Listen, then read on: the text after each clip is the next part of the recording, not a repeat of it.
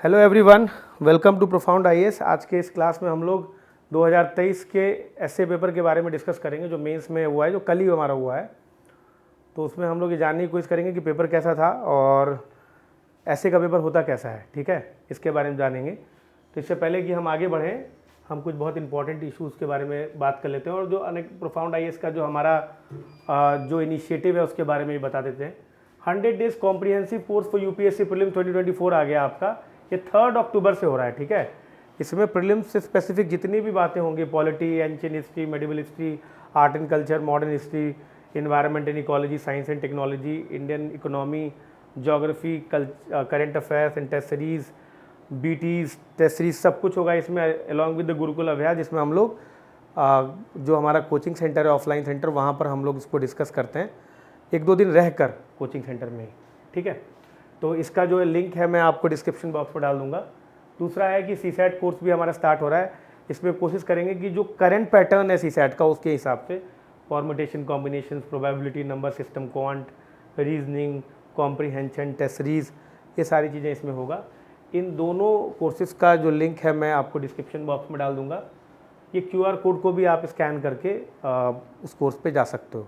आपके लिए उसके लिए जो है आपको प्रोफाउंड आईएएस का जो ऐप है वो डाउनलोड करना पड़ेगा और फिर आप उसके थ्रू इन कोर्सेज को एक्सेस कर सकते हैं। ठीक है, तो चलिए शुरू करते हैं। जो आज का हमारा जो मेन टॉपिक है दैट इज़ यूपीएससी मेंस 2023 का एसए का पेपर।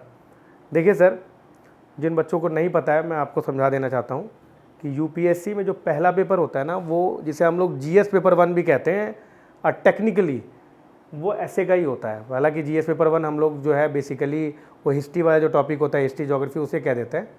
तो एसए का पहला पेपर हमारा होता है 250 मार्क्स का होता है। ठीक है, 250 मार्क्स का, ध्यान से सुनिएगा सर, 250 मार्क्स का होता है और इसमें 2 ऐसे लिखने होते हैं, 125 मार्क्स ईच। ठीक, ये ध्यान रखिएगा। और इसमें क्या होता है कि इसमें 2 सेक्शंस होते हैं, मैं आपको समझाता हूँ। इसमें क्या होता है कि अगर हम ऐसे पेपर में जाएं तो ऐसे पेपर में जो ऐसे का जो पेपर होता है हमारा वो 250 मार्क्स का होता है। ठीक है, और हमें 2 ऐसे करना होता है, तो यानी कि 125 इंटू 2 यानी 125 ईच होता है। ऐसे पेपर में 2 सेक्शंस होते हैं, section A and section B. ठीक है, ठीक, section A and section B में 4 ऐसे होते हैं, ऐसे 1, 2, 3, 4। इसमें भी हो गया ऐसे 5, 6, 7, 8। रूल ये है कि हर सेक्शन से आपको केवल एक ही ऐसे लेना है, यानी कि आपको 2 ऐसे करना है और हर एक ऐसे का जो नंबर होगा वो 125 होगा। कोई भी बच्चा अगर सेक्शन ए से ही 2 ऐसे अटेम्प्ट कर ले या सेक्शन बी से ही 2 अटेम्प्ट कर ले तो ये माना जाएगा कि उसने एक ही ऐसे अटेम्प्ट किया है, यानी कि आपको दोनों ही सेक्शन से एक एक ऐसे करना होगा। ठीक है, चलिए, तो अभी इसके बारे में हम लोग आगे बढ़ते हैं। अभी क्या है, ओके, तो अभी इन्होंने सेक्शन ए में 4 ऐसे जो दिया था वो क्या दिया था हम आपको समझा देंगे। मैं ये एक्सपेक्ट करता हूँ कि आप इन एसेस को खुद से लिखें, कम से कम ब्रेन स्टॉर्मिंग जरूर करें। और एक मेरा जो है डीएनए का जो राइटिंग वाला ग्रुप है उसमें आप मुझे भेज सकते हैं, तो मैं उसे चेक भी कर दूंगा। देखिए क्या है, ऐसे समझिए। पहला इन्होंने क्या बोला है, ये कह रहे हैं कि thinking is like a game, it does not begin unless there is an opposite team. गजब बात है। आप कोई खेल खेलते हो ना, आप क्या खुद ही से खेलते हो क्या? ऐसा नहीं होता है। आप जब गेम खेल रहे होते हो तो आपके सामने एक ओपोनेंट भी रहता है, आप उसके अगेंस्ट खेलते हो। आपने देखा होगा अभी एशिया कप चल रहा है, एशिया कप में कोई भी क्रिकेट मैच होता है उसमें 2 टीमें खेलती हैं। ठीक है, मान लीजिए कल का मैच था इंडिया बांग्लादेश था, एक तरफ इंडिया थी दूसरी तरफ बांग्लादेश थी। तो कोई भी गेम अगर आप खेलते हो ना तो उसमें 2 टीमें होनी चाहिए, तभी तो कोई उनमें से एक जीतेगा या ड्रॉ होगा, जो भी होना होगा होगा। सिमिलरली जैसे गेम होता है ना जिसमें 2 टीमों की जरूरत होती है, वैसे ही थिंकिंग भी वैसा ही एक प्रोसेस है जिसमें 2 तरह की सोच होनी चाहिए। कॉन्ट्रास्टिक थिंकिंग, मैं आपको समझाता हूं क्या है। आपको अगर आपने ज्योग्राफी ऑप्शनल पढ़ा होगा उसमें एक टर्म है ड्यूअलिज्म एंड डाइकोटमी। डुअलिज्म और डाइकोटमी का क्या मतलब होता है कि दो चीज़ें हैं, दो चीज़ें साथ में भी हो सकती हैं और दो चीज़ें जो है एक दूसरे को अपोज भी कर सकती हैं। जब ये दो चीज़ें आपस में रहती हैं और दोनों चीज़ें आपस में अपोज करती रहती है, तभी जाकर एक फाइनल कंक्लूजन पर हम आ पाते हैं। अगर कोई हमें अपोज ही ना करे तो हम तो जो मर्जी हो वही सोचते चले जाएंगे। अगर मान लीजिए, ध्यान सुनिएगा सर, अगर मान लीजिए कि अगर ये मान लिया जाए कि ज्योग्राफी में ये माना जाता है कि जितने भी कॉन्टिनेंटल प्लेट्स हैं ना वो आपस में एक जगह से दूसरी जगह मूव कर रहे हैं। अगर वेजनर ना होता तो दुनिया में लोग यही मान रहे होते हैं कि जितने भी कॉन्टिनेंट हैं सभी स्टैटिक हैं, यानी कि स्टैटिक कॉन्टिनेंट की जो थ्योरी होती वही लोग मान रहे होते। अच्छा, आप अगर ये थोड़ा सा आपको टेक्निकल लग रहा है तो मैं आपको सिंपल एग्जांपल समझाता हूं। जब यूरोप एक डार्क एज में था, तो यूरोप जब डार्क एज में था तो उस समय यह माना जाता था कि पृथ्वी चपटी है और पृथ्वी जो है यूनिवर्स के सेंटर में है और सारे के सारे प्लैनेट्स वगैरह जो हैं वो पृथ्वी के अराउंड चक्कर काटते हैं। इसे कहते हैं जियोसेंट्रिक यूनिवर्स। लेकिन ये जो कोपरनिकस थे, गैलीलियो थे, इन्होंने क्या बोला कि नहीं, गलत बोल रहे हो, पृथ्वी खुद जो है यानी कि अर्थ खुद जो है वो सन के अराउंड चक्कर काटता है और जो पृथ्वी चपटा नहीं है, पृथ्वी जो है वो स्फेरिकल नेचर का है। तो अगर गैलीलियो कोपरनिकस अगर ऑपोजिट थिंकिंग नहीं देते तो वो पुरानी मानसिकता है जो वो चलती चली जाती। तो ये तो मैंने आपको दो अलग अलग बातें बताई। अब कोई एक आदमी किसी चीज को सोच रहा है तो पॉजिटिव और निगेटिव दोनों सोचे, तभी जाकर किसी फाइनल कंक्लूजन पे आ पाएगा जो कि वैल्यू न्यूट्रल भी होगा और रैशनल भी होगा। तो थिंकिंग अगर वन वे डायरेक्शन में चल रहा है तो गड़बड़ है। थिंकिंग प्रोसेस में जैसे गेम होता है उसमें दो ओपोनेंट्स होते हैं, थिंकिंग प्रोसेस में भी सिंथेसिस और एंटी सिंथेसिस दोनों होना चाहिए। थिंकिंग में पॉजिटिव और नेगेटिव दोनों होना चाहिए, तभी जाकर एक रैशनल डिसीजन पर आ पाएगा। इसीलिए उन्होंने बोला है कि thinking is like a game, it does not begin unless there is an opposition team. एक इसको और भी दूसरे तरीके समझिए कि अगर मान लीजिए कि एक पुरानी धारणा चलती जा रही थी, उस धारणा के अगेंस्ट जब दूसरी धारणा नहीं रखोगे तब तक तुम सोचना भी शुरू नहीं करोगे। अगर मान लो ये माना जाता है कि भाई पृथ्वी जो है वो चपटी है और अगर कोपरनिकस नहीं कहते कि नहीं पृथ्वी चपटी, गैलीलियो नहीं कहते कि गोल है पृथ्वी स्फेरिकल है, तब तक तो आप सोचना भी शुरू नहीं करते। आप तो यही मान रहे होते कि पृथ्वी चपटी है। अब एक आदमी ने कहा पृथ्वी चपटी है, एक आदमी ने स्फेरिकल कहा, तो आपने सोचना शुरू किया। क्यों सोचना शुरू किया? कि भाई दो ऑपोजिट थिंकिंग है, दो ऑपोजिट थिंकिंग जो है मेरे दिमाग में मुझे सोचने को बाध्य किया है। दो ऑपोजिट थॉट प्रोसेस ने मुझे सोचने को बाध्य किया है कि मुझे करना क्या है आगे जाकर, तभी जाकर एक रैशनल डिसीजन मेकिंग पर आ पाओगे। तो क्या मतलब हुआ? Thinking is like the game, it does not begin unless there is an opposite team, पहला। दूसरा इन्होंने क्या कहा? Visionary decision making happens at the intersection of intuition and logic. ये थोड़ा थोड़ा पहले जैसा ही है, ये थोड़ा थोड़ा पहले जैसा ही है। देखिए क्या होता है, इन्होंने क्या कहा कि अगर कोई मान लीजिए आप डिसीजन मेकिंग करते हो, उसमें दो बातें होती हैं। एक जो आपकी अंतरात्मा कह रही होती है, आपकी अंतरात्मा कह रही है ना भाई ऐसा है, पता नहीं क्यों मुझे ऐसा लगता है कि जो पृथ्वी है ना यार वो चपटी नहीं है। मैं आपको एकदम समझा रहा हूँ एकदम ताकि आप समझ पाओ उस चीज़ को, फिर मैं आपको और अदर एस्पेक्ट पे भी जाऊँगा। पृथ्वी चपटी नहीं है, अंदर से लगता नहीं। क्यों अंदर से? इसलिए नहीं लग रहा। अब देखो यहाँ पे तुम्हारा मतलब कि जो है लॉजिक आ रहा है, इंट्यूशन है कि पृथ्वी चपटी नहीं लग रही है यार, पृथ्वी गोल है। अब यहाँ पे लॉजिक आएगा, इसलिए नहीं क्योंकि अगर चपटी होती ना यार तो कहीं तो कोई बाउंड्री होता। तुम तो चलते चले जाओ तो पृथ्वी के एक कोने से जाओगे दूसरे कोने में पहुंच जाओगे, अर्थ के एक कोने से जाओगे दूसरे कोने में पहुंच जाओगे, तो मन ही मन कहोगे ना। अब देखो अंदर से तुम्हें लग रहा है कि इंट्यूशन कह रहा है तुम्हारे सामने कि भैया ऐसा है, पृथ्वी अंतरात्मा तुम्हारी ये कह रही है कि भाई पृथ्वी चपटी नहीं है, फिर तुम उसे लॉजिक करोगे। अब मैं तुम्हें एक और एग्जांपल समझा, राजा राम मोहन राय का। उस समय में सती प्रथा बहुत क्वाइट रैम्पेंट था, सती सिस्टम बहुत रैम्पेंट था। सती सिस्टम जब बहुत रैम्पेंट था उस समय में, तो आपने ऑब्जर्व किया होगा कि राजा राम मोहन राय को अंदर से लगता था नहीं ये गलत है।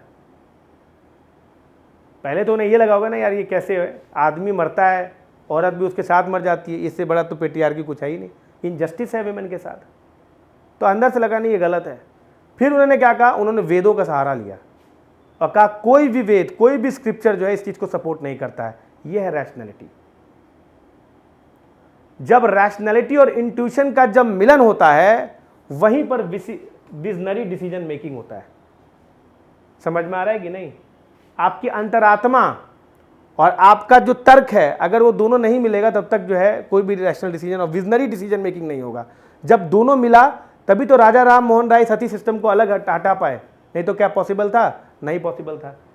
इसके बाद है not all who wander are lost. हर वो आदमी जो भटकते हैं गुम नहीं हो जाते हैं। मेरी बात को जरा ध्यान सुनिए। जो भटक कर गुम हो जाते हैं, समझ में आ रहा है आपको? उन्होंने भटकने का अर्थ ही नहीं समझा। अब मैं आपको समझाता हूं। गौतम बुद्ध ने घर छोड़ दिया, सत्य की खोज में चले गए, तो क्या वो गुम हो गए? सत्य को खोजे, शायद वो सही दिशा में पहुंच गए। और आज गौतम बुद्ध के को आप सब जानते हैं, उन्होंने उनका जो ह्यूमन काइंड पर क्या एक कंट्रीब्यूशन है।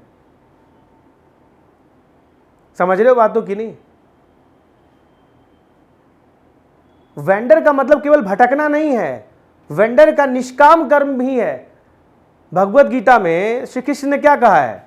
तुम निष्काम कर्म करते रहो। भटकना या डेस्टिनेशन तक पहुंचना ये तो काम है। निष्काम कर्म भी यही है। Not all who wander are lost. ये थॉमस एल्वा एडिसन ने बल्ब बनाया। थॉमस एल्वा एडिसन ने बल्ब जब बनाया तो कई बार वो फेल हुए, वेंडरिंग किए ना, ये तरीका नहीं है। उनसे पूछा कि आप इतनी बार फेल हुए क्या? कह रहे मुझे इतना मालूम चला कि मैं 100 तरीके से मैंने ट्राई किया, 100वें तरीके में मेरे को बल्ब मिला, तो मुझे ये पता चला कि 99 तरीके जो मैंने ढूंढे थे उससे बल्ब नहीं बन सकता है। कुछ लोग होते हैं कि यूपीएससी एग्जाम क्लियर दे रहे हैं यार, पता ही नहीं चल रहा, रिजल्ट नहीं आ रहा। समझ रहे हो? रिजल्ट नहीं आ रहा। अब वो क्या सोच रहा है आदमी कि यार पता नहीं किधर एक वाइल्ड गूस चेज में लगे हुए हैं, पता नहीं क्या है नहीं है। अरे तुम भटक रहे हो, इसका मतलब ये नहीं कि तुम गुम हो जाओगे एक दिन, तुम किसी न किसी एक डेस्टिनेशन में पहुंचोगे। समझ रहे हो बातों की नहीं? तो हर वो आदमी जो भटकता है या तो वो गौतम बुद्ध बनता है या तो महावीर बनता है। समझ रहे हो? तजुर्बा मिलता है उसको, एक्सपीरियंस होता है, वो लॉस नहीं होता है। वो अपने जीवन के उन भटकने वाले ईयर से सीखता है। भटकने का मतलब जंगलों में घूमना नहीं है केवल, बहुत ब्रॉड में समझना है। भटकने का मतलब है कि आपके लाइफ के एक्सपीरियंसेस, तजुर्बा गेन करना, नई चीजों को इनोवेट करना, एंटरप्रेन्योरशिप करना, डिस्कवरी करना, रिस्क लेना, यह और सब भटकना ही तो है। अगर तुम भटकोगे नहीं तो पहुंचोगे कहां पर? क्या कहते हैं, गिरते हैं शहसवार वो मैदान जंग में, वो तिफ्त क्या गिरेंगे जो घुटनों के बल चले। समझ लो बातों की नहीं? दिस इज बहुत बढ़िया ऐसे है।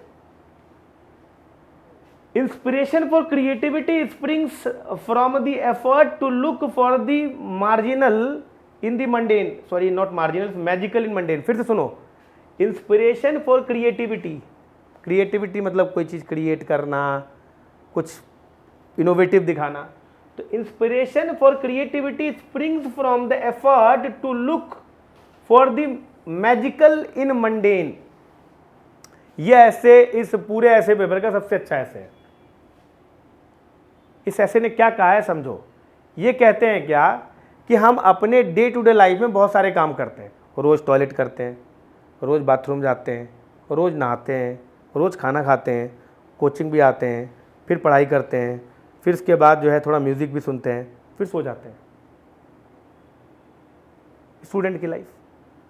अच्छा, जो ऑफिस वगैरह जाते हैं वो क्या करते हैं? वो ऑफिस जाते हैं, पहले तो सुबह उठते हैं, ब्रश करते हैं, थोड़ा न्यूज़पेपर पढ़ा, फिर ऑफिस के बाद ऑफिस चले गए, फिर उसके बाद ऑफिस में काम किया, फिर वही बॉस से बात किया, मैं मीटिंग अटेंड करी, फिर चिल्लम चिल्ली हुआ, फिर वापस आए, फिर ऑफिस वापस आकर घर में बच्चे के साथ खेले, फिर थोड़ा सा काम चले गए सोने के लिए। ये क्या है? This is your life pattern. जब ये हर बार हर दिन वही circle by circle circle by circle circle by circle चलने लग जाता है, इसे कहते हैं आप मंडेन लाइफ। क्या यार मेरी ज़िंदगी में कुछ है ही नहीं। कुछ लोग नहीं कहते, शिकायत करते हैं, क्या यार मेरी ज़िंदगी में कुछ है नहीं। सुबह उठते हैं, उसके बाद यार टॉयलेट वगैरह करते हैं, खाना वाना खाते हैं, फिर पढ़ते हैं, फिर सो जाते हैं। क्या चल रहा है यार? उठो पढ़ो सो जाओ, उठो पढ़ो सो जाओ, उठो पढ़ो सो जाओ। यही मॉडल है ना, इसे कहते हैं मंडेन लाइफ होना। कहते ना यार बोर हो गया हूँ मैं लाइफ से, यार थक गया हूँ यार। गलत सोच रहे हो। ये जो तुम्हारा मंडेन लाइफ है ना, जिसे तुम हर रोज कर रहे हो, ये लाइफ में कुछ चीज़ें तुम्हारे अंदर बुला रहा है। हर रोज तुम हर रोज नहाते हो तो क्या पाते हो? तुम अगर हर रोज नहाते हो तो क्या पाते हो? तुमने हर रोज नहाया, इसका मतलब तुम हाइजीन हुए, तुम कभी कोई बीमार नहीं पड़ोगे। तुम कोई बीमार नहीं पड़ोगे, इसका मतलब तुम्हारा दिमाग हेल्दी रहेगा। तुम्हारा दिमाग अगर हेल्दी रहेगा तो you will be able to think. तुम कोई चीज़ इनोवेट कर पाओगे। समझ रहे हो बातों की नहीं? तुमने हर रोज थोड़ी थोड़ी पढ़ाई करी उस मंडेन लाइफ में, आज तुम यूपीएससी क्लियर कर पा रहे हो, आज तुमने प्रीलिम्स क्लियर किया, तभी तुम मेंस दे रहे हो। तो जो तुम इनोवेशन देख रहे हो, जो तुम अपने लाइफ में कोई भी पॉजिटिव या नेगेटिव देख रहे हो, it is all because of your mundane life and it is all the outcome of the mundane life. This mundane life, ये जो तुम्हारे अंदर जो निरंतरता है, जो हर रोज तुम्हारे अंदर आ रहा है, हर रोज साइकिल चलाते हो, तुम्हारा बॉडी फिजिकल ठीक रहता है, that will fetch you a day. फिर तुम धीमे धीमे उसी साइकिल को चलाते चलाते चलाते चलाते एक इनोवेटिव तरीका साइकिल चलाना ढूंढ देते हो। भाई एक क्रिकेटर जो होता है वो हर रोज प्रैक्टिस करता है, तभी वो एक दिन क्रिकेटर बनता है और कोई इनोवेटिव हेलीकॉप्टर शॉट निकालता है। क्या बिना प्रैक्टिस के ही इनोवेटिव ये हेलीकॉप्टर शॉट निकलेगा? क्या बिना बॉलिंग किए, बिना बॉलिंग प्रैक्टिस किए दूसरा बॉल निकलेगा? गूगली बॉल निकलेगा? नहीं निकलेगा। हर आदमी जब प्रैक्टिस करता रहता है, एक मंडेन लाइफ को जीता है, तभी वो कुछ इनोवेटिव करता है। मोहम्मद अली एक बहुत बड़े बॉक्सर थे। ब्रूस ली एक बहुत बड़ा जो था ताइक्वांडो वगैरह करता था, कराटे वगैरह। उसने क्या बोला था पता है? मोहम्मद अली ने भी ये बात बोला है कि मुझे उस आदमी से कभी डर नहीं लगता जो कि 100 तरीके के पंचेस मार सकता है। मुझे उस आदमी से बहुत डर लगता है जो एक पंचेस को 100 बार प्रैक्टिस करके मारा है।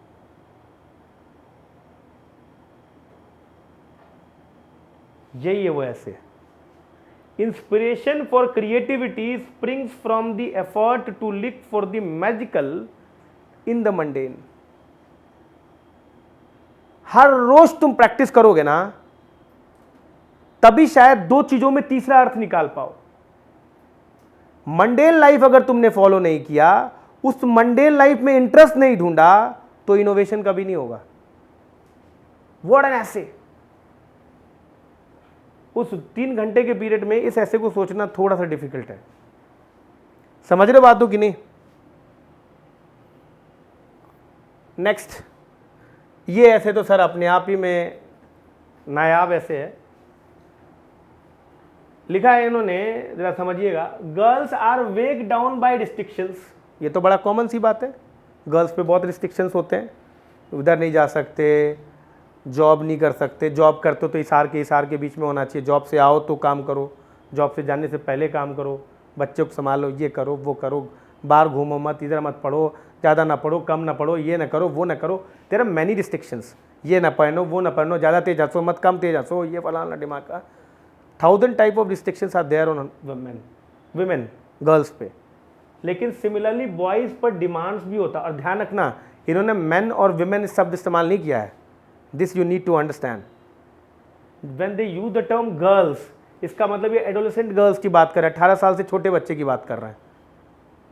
और अगर ये बॉय इस्तेमाल करें तो 18 छोटे बच्चे की बात कर रहे हैं, मतलब ये छोटे छोटे बच्चे जो होते हैं ना, उनकी बात हो रही है। तो girls are weighed down by restrictions, उन पे बहुत रिस्ट्रिक्शंस हैं।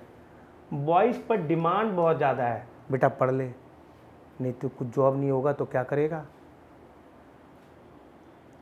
शादी नहीं होगी और हो जाएगी तो तू लड़की बीवी तुमको गुजारेगी नहीं, सोचेगी नहीं तुम्हारे बारे में। बेटा काम कर ले, तो मैं बता रहा हूँ मेहनत नहीं कर रहे हो, यही आवारागर्दी करो तुम। मैं रिटायरमेंट हो रहा हूँ अगले महीने में, फिर घर कैसे चलेगा। These are demand, these are expectations from a guy. समझ रहे हो? तो हर लड़का जब पढ़ रहा होता है या कोई भी काम कर रहा होता है ना, वो बॉक डाउन रहता है इन एक्सपेक्टेशन से, और लड़कियां रिस्ट्रिक्शन से जो हैं फंसी हुई रहती हैं। लड़कियों के पैर में जंजीरें हैं तो लड़कों के सर पे वजन है, और ये दोनों ही चीज़ें जो है, this two equally harmful discipline, ये दोनों ही गलत है, दोनों के ग्रोथ को रोकता है। समझ में आ रहा है? दिस इज द ऐसे। अगला क्या है? Mathematics is the music of reason. Mathematics is the rational science. उसमें ऐसा नहीं होता है कि लेट अस अज्यूम और ये और फलाना ढिमाका, man is a rational man isotropic surface, ये नहीं होता है।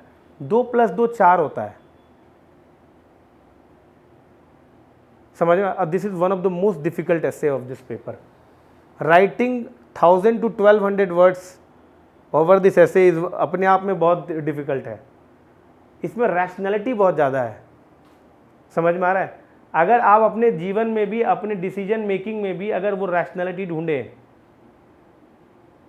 अगर आपने देखा कि कोई काम करने जा रहे हैं, उसमें 3 पॉजिटिव्स हैं 2 निगेटिव्स हैं, और आपको लगता है कि नेट पॉजिटिव आ रहा है, तो वो डिसीजन आप लेते हो, तो आपके लाइफ में मैथमेटिक्स हर जगह है।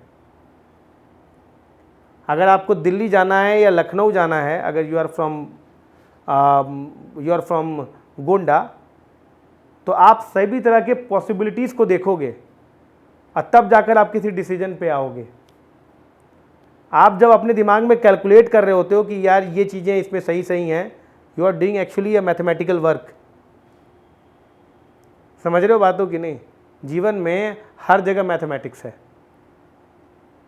क्योंकि वो बहुत रैशनल है। इसलिए mathematics is the music of reason, गणित ज्ञान का संगीत है। A society that has more justice is a society that needs less charity.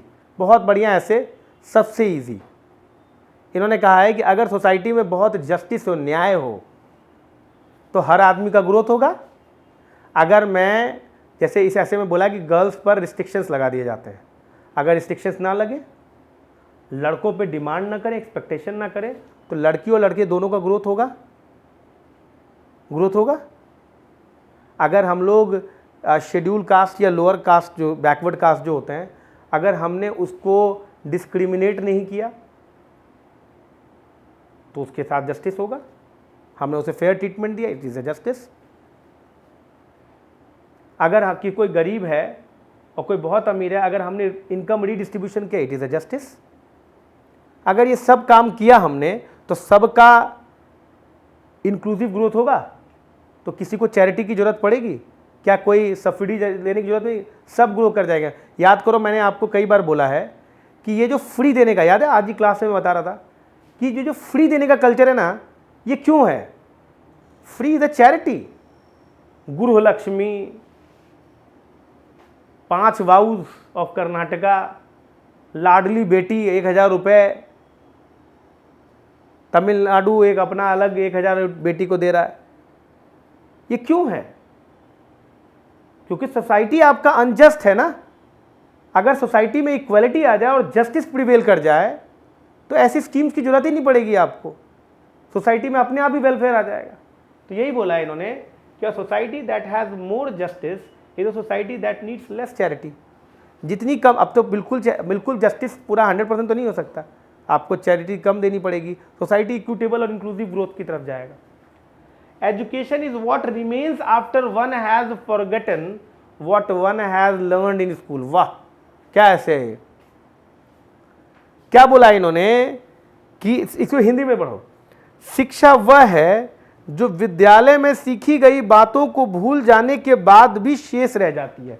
ये बताइए, मैंने आपको पढ़ाया, आप पढ़ाई भूल गए, उसके बावजूद उसके एसेंस आपके अंदर है। इसका मतलब आपने उसे पढ़ा नहीं है, आपने उसे इंटरनलाइज करा है, अंतःकृत किया है आपने उसे, जो कहते हैं अंतःकरण करना। जब कोई चीज़ें अंतःकरण करी जाती है ना, तब वो चीज़ें जो है, आप चाहे चीज़ें मेन मैटर भूल भी जाओ, आपके नेचर में हमेशा रहेगा। जैसे मैं समझाता हूँ, मान लीजिए आपके स्कूल में इन्वायरमेंटल स्टडीज़ पढ़ाया गया, मैं एकदम लिटरल सेंस में जाता हूँ। इन्वायरमेंटल स्टडीज़ में बताया गया कि देखो इस टाइप के पेड़ पौधे में आपका पेड़ पौधे बहुत इंपॉर्टेंट, पेड़ पौधों में क्या होता है कि वो कार्बन डाइऑक्साइड ऑब्जॉर्ब करते हैं, ऑक्सीजन छोड़ते हैं। पेड़ पौधों को लिए पानी चाहिए होता है, खाद चाहिए होता है। आप सब भूल जाएं कि कार्बन डाइऑक्साइड छोड़ते हैं, ऑक्सीजन लेते हैं, मतलब कार्बन डाइऑक्साइड लेते हैं, ऑक्सीजन छोड़ते हैं, सारी चीज़ें भूल गए आप, सब कुछ भूल गए। पेड़ में कौन से पेड़ में कौन सा खाद देते हो ये भी भूल गए आप, जो स्कूल में आपको पढ़ाया गया। बस आपको इतना पता रहे कि पेड़ पौधे आपके जीवन के लिए बहुत इंपॉर्टेंट है और ये इन्वायरमेंट के लिए बहुत इंपॉर्टेंट है, और आपने उसको आपने इम्प्लीमेंट भी किया और आपने पेड़ पौधे लगाए भी। समझ में आ रहा है? यही रियल एजुकेशन है। रियल एजुकेशन जो है फैक्ट को रटना नहीं है, रियल एजुकेशन का नाम है इम्प्लीमेंटेशन करना, अपने लाइफ में उसको इंटरनलाइज करना। आप ये भूल सकते हो कि कौन से पेड़ में कौन सा खाद देना चाहिए, किस तरह के सॉइल में कौन सा खाद देना चाहिए, कितना पानी देना चाहिए, और कौन क्या करता है, किसका उसके सेल में कौन से एलिमेंट्स होते हैं, वो सब भूल जाओगे आप। लेकिन ये नहीं भूलोगे कि trees are very good for your environment, और trees are essential for your environment and for your health also. समझ में आ रहा है आपको कि नहीं? ये ध्यान रखिएगा, ये बहुत इंपॉर्टेंट बात है।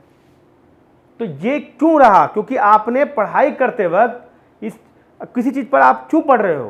क्योंकि उसका कोई सिग्निफिकेंस है, तो उसका सिग्निफिकेंस आपके जीवन में इंटरनलाइज्ड है। आप तथ्य भूल जाएंगे, आप फैक्ट्स भूल जाएंगे, पर उसका सिग्निफिकेंस आप नहीं भूलेंगे, क्योंकि वो आपने इंटरनलाइज करा, और दैट इज एजुकेशन।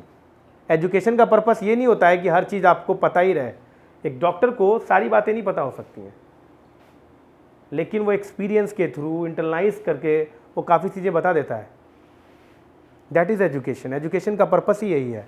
आपके स्कूल में मैंने बताया कि विमेन की रिस्पेक्ट करनी चाहिए, विमेन को ऐसा करना चाहिए, वैसा करना चाहिए, आपने इंटरनलाइज नहीं किया, आप भूल गए। अरे मैंने स्कूल में बोला था किसी को तो रिस्पेक्ट करना चाहिए, मालूम नहीं किसको करना चाहिए। That is not education. Education नहीं है। फिर तो आपने मगिंग अप किया। आजकल रोटन एजुकेशन का टाइम आ गया ना, जो रोट लर्निंग करते हैं। ठीक है, this is all for today. हम लोगों ने जो है टोटल 8 ऐसे डिस्कस किया। मैं चाहूँगा कि आप जो है इस एसेस को लिखें, और अगर आपको कोई भी डाउट होता है तो कमेंट सेक्शन में जरूर डालें। ठीक है, और चैनल को सब्सक्राइब जरूर करें। Thank you all of you, bye bye, धन्यवाद।